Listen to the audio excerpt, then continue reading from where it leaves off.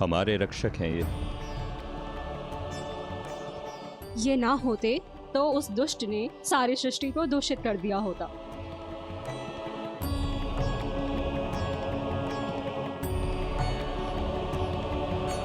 माता, ऋषिवर कब से तपस्या में लीन होंगे? अनेक वर्षों से। आपको कैसे पता?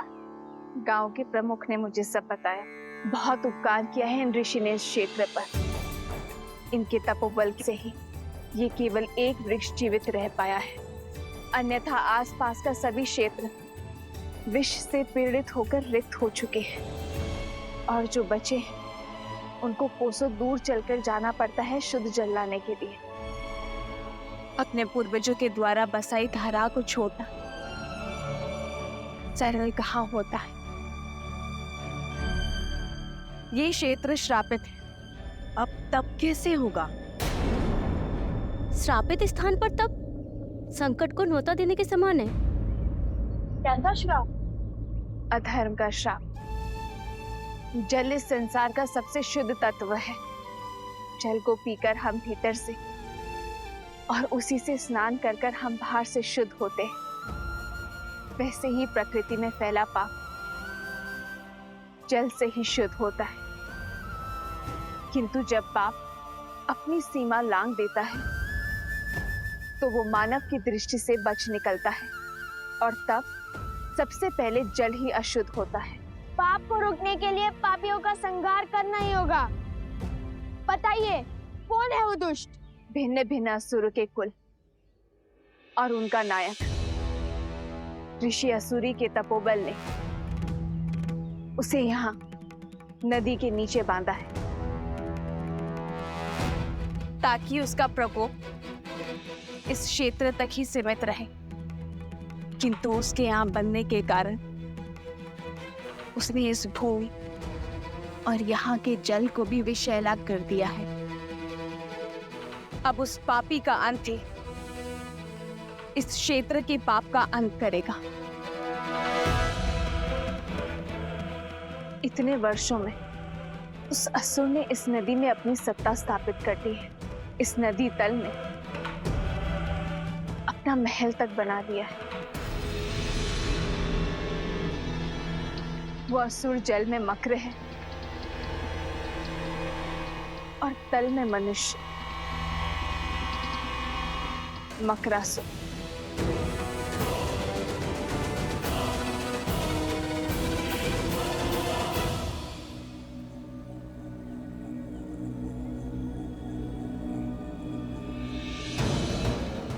आओ मकरासुर, आओ, तुम्हारी ही प्रतीक्षा थी।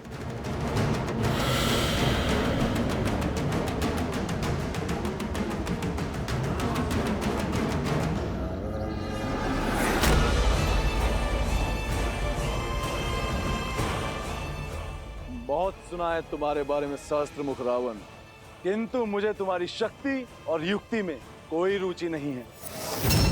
मैं यहाँ केवल तुम्हारे रक्त का मान रखने के लिए आया हूँ। सुमाली जैसे असुर और पुलस्त्य जैसे महान ऋषि का अंश जो है इसमें। मेरी युक्ति को तुम्हारी शक्ति की आवश्यकता है मकरासुर। असुर कुल के अस्तित्व का प्रश्न है मकरासुर। यूं मुख मत मोड़ो। देवासुर संग्राम के अंत के साथ मानवों और असुरों के संग्राम का शंखनाद हो गया। पूरी मानव जाति एक साथ असुरों के विरुद्ध आकर खड़ी हुई है। ऋषि यज्ञ और तप से हमारी शक्ति छीन करते आए हैं। ऋषि साधारण मनुष्यों के सहायक बन बैठे हैं और मनुष्य ऋषियों के संरक्षक। जल के बाहर जो भी हो, मुझे उससे क्या। मैं अपने राज्य में सुरक्षित हूं। देखो, धरा पे कैसा अकाल छाया है और यहाँ नीचे मैं साक्षात देवराज की भांति आनंद में मग्न हूं। ये राजपाट मेरे बल का प्रमाण है। गांव के गांव मेरे भय से खाली हो गए।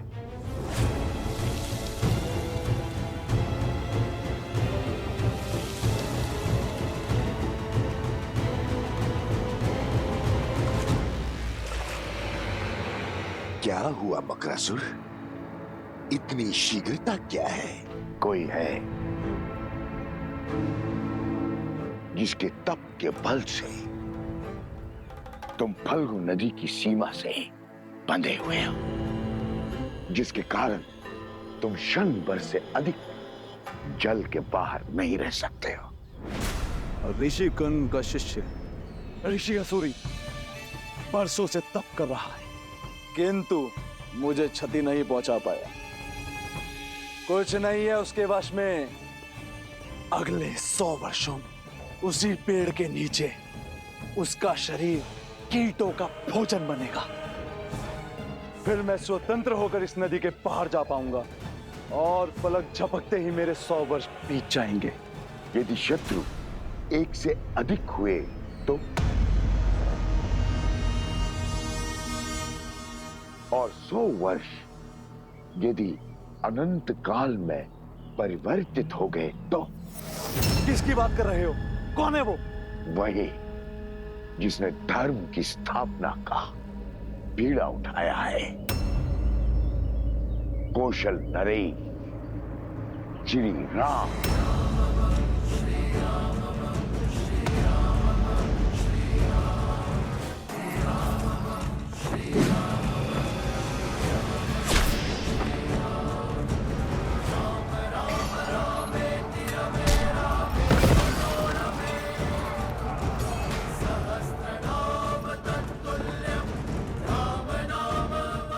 यही क्या वीर चंद्रबाहु का अंत हुआ? ओम विदात्मनि विद्याहे हिरण्यगर्भाय धीमहि तत्रो ब्रह्मा प्रचोदयत्। ओम विदात्मनि विद्याहे हिरण्यगर्भाय धीमहि तत्रो ब्रह्मा प्रचोदयत्।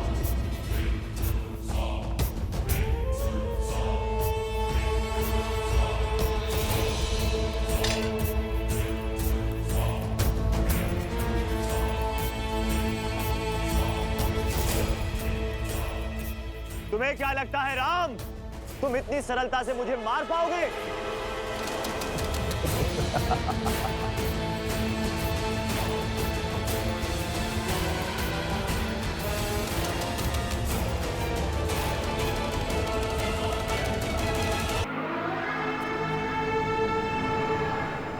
अयोध्या का महाराज वही जिसके कारण असुर कुल अंत पर पहुंच चुका है।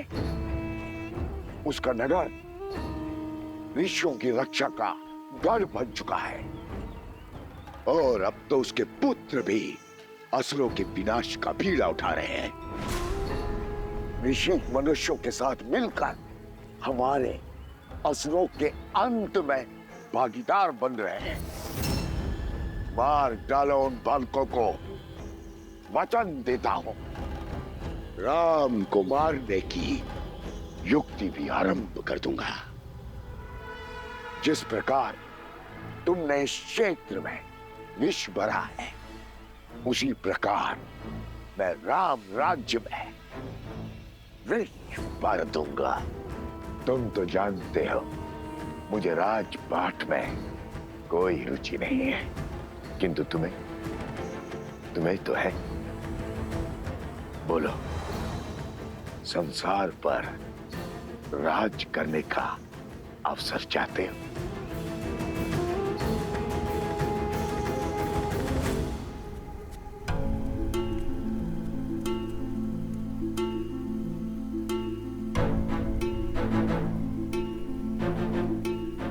भगवान वाल्मीकि ने हमें यहाँ अकारण नहीं भेजा है। मैं यहाँ अपने मन की शांति खोजने आई थी, किंतु मिली यहाँ के गांव वालों के कष्टों की अशांति।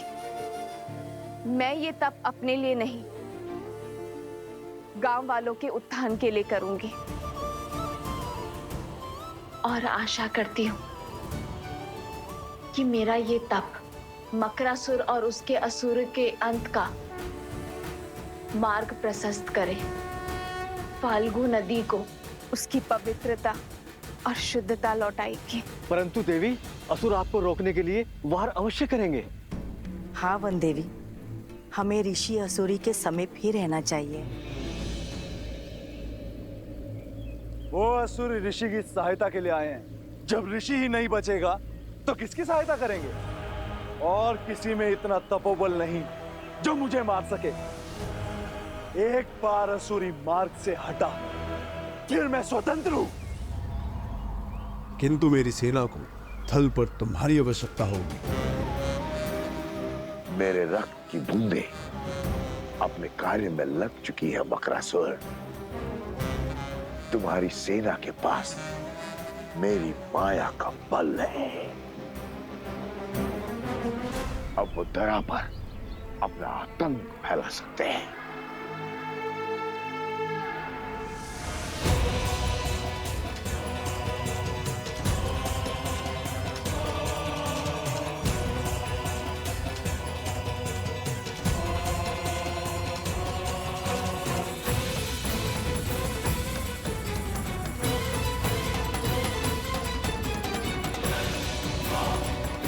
जाओ, अंत कर दो उस ऋषि का। धर्म पर अधर्म की जीत का समय आ चुका है।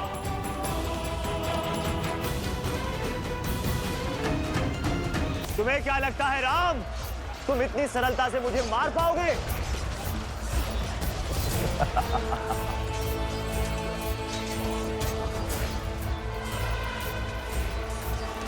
अर्थात चंद्रबाहु की पत्नी का तप भंग नहीं हुआ है। अब तक तो अंगद को कार्य समाप्त कर देना चाहिए था। कहाँ हो तुम अंगद? ओम विदात्मनि विद्याय हिरण्यगर्भाय धीमहि तत्रो ब्रह्मा प्रचोदयात्। क्या करूं, कैसे इस पतिव्रता का तप भंग करूं कि गरिमा भी ना टूटे?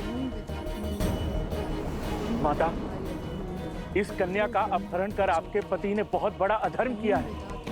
उसे बचाने का नहीं, प्रभु श्री राम के हाथों मुक्ति दिलाने का प्रयास कीजिए। ओम विदात्मनि विद्याय हिरण्यगर्भाय धीमहि तत्रो ब्रह्मा प्रचोदयात्।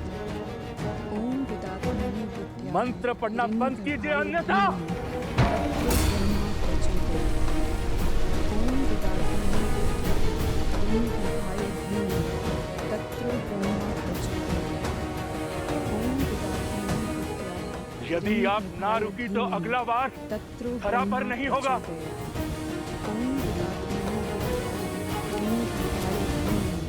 तत्रो ब्रह्मा प्रचोदयात्।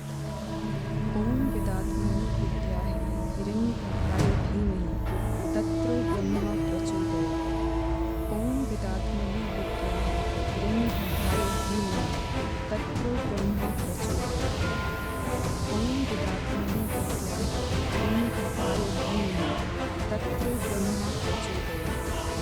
ओम विदात्मनि विद्याय हिरण्यगर्भाय धीमहि तत्रो ब्रह्मा प्रचोदयात्। ओम विदात्मनि विद्याय हिरण्यगर्भाय धीमहि तत्रो ब्रह्मा प्रचोदयात्। ओम विदात्मनि विद्याय श्री राम हिरण्यगर्भाय धीमहि तत्रो ब्रह्मा प्रचोदयात्। ओम विदात्मनि विद्याय हिरण्यगर्भाय धीमहि। माता के लिए पुत्रों के संरक्षण से बड़ा कोई सुरक्षा कवच हो ही नहीं सकता।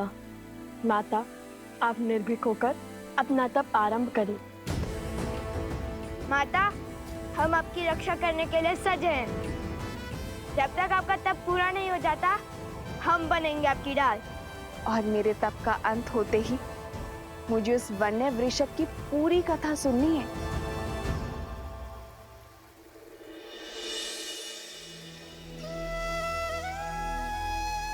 हे फाल्गु माता, मेरे संकल्प का तप स्वीकार करें।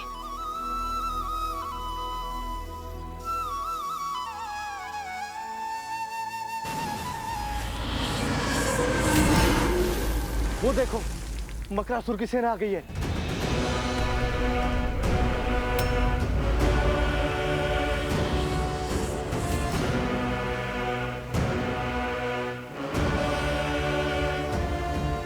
भागो यहाँ से, भागो भागो। गुरुमा, वृक्ष के पीछे जाइए, शीघ्र कीजिए। मैंने संकल्प लिया है, जब तक मेरा तप पूर्ण नहीं होगा मैं यहाँ से नहीं हिलूंगी। आप सब जाइए। जाइए जाइए, जल्दी जाइए।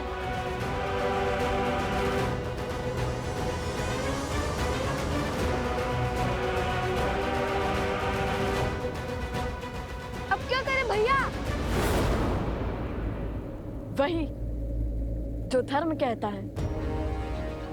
कुश, तुम यही माता के पास रुको, मैं इनकी रक्षा करता हूँ। ला, सबकी सुरक्षा करना। जी माता।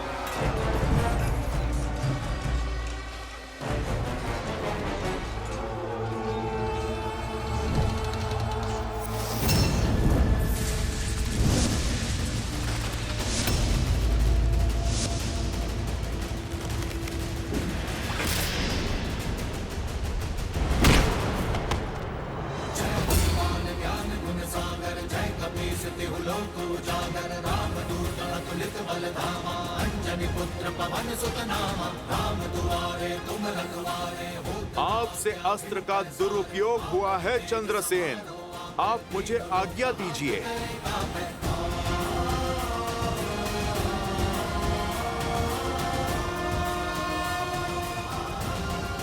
जय श्री राम।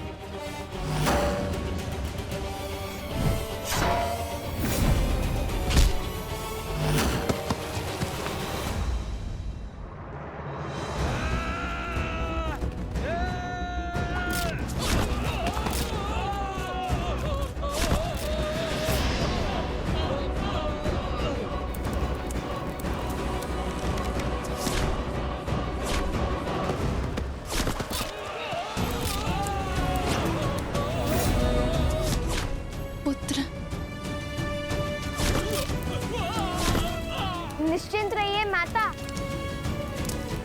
अब जानना चाहती थी ना हमने उस ऋषभ को कैसे पकड़ा था, अब मैं बोलकर नहीं कर दिखाऊंगा।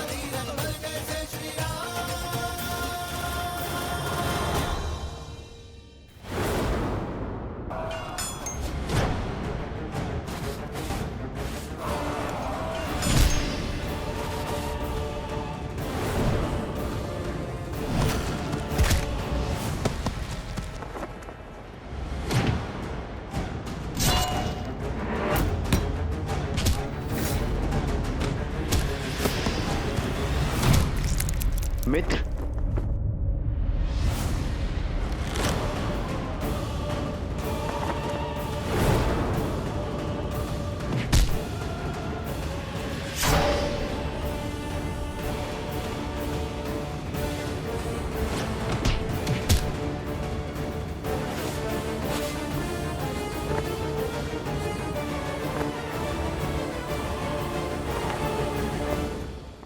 कुश, ऋषिवर की रक्षा करो, मैं सुरक्षित हूँ। किंतु माता, भैया का आज्ञा था कि। भैया की आज्ञा नहीं, अपनी माता के आदेश का पालन करो, ऋषिवर की रक्षा करो और अपने मित्रों को बचाओ। अपनों से पहले अपने लोगों की रक्षा करना तुम्हारा दायित्व है।